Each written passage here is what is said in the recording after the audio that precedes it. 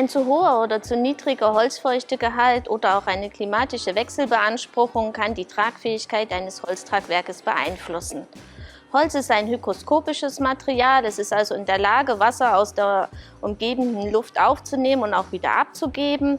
Diese Änderung des Holzfeuchtegehaltes führt aber auch damit, dass sich die mechanischen Eigenschaften ändern. Aus diesem Grund haben wir uns im Projekt darauf konzentriert, die Auswirkungen eines ändernden Holzfeuchtegehaltes näher zu betrachten.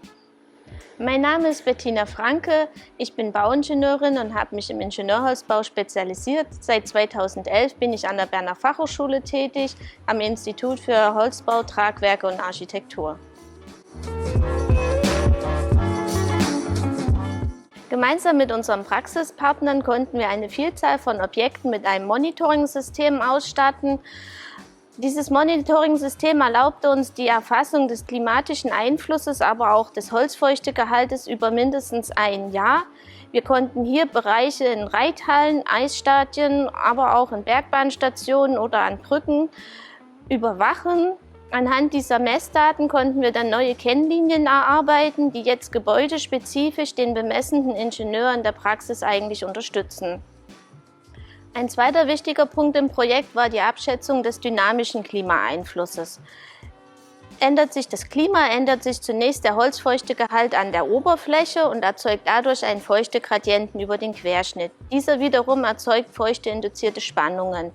Mithilfe eines numerischen Modells konnten wir diese feuchteinduzierten Spannungen abbilden und ein Variantenstudium damit durchführen. Anhand dessen konnten unterschiedliche Größen und Querschnitte von Brettschichtholzträgern oder auch blockverleimten Querschnitten untersucht werden und auch Empfehlungen für die Praxis abgeleitet werden.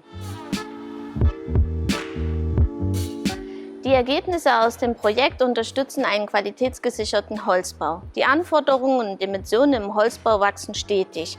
Die Leistungsfähigkeit vom Holz muss besser eingeschätzt werden können.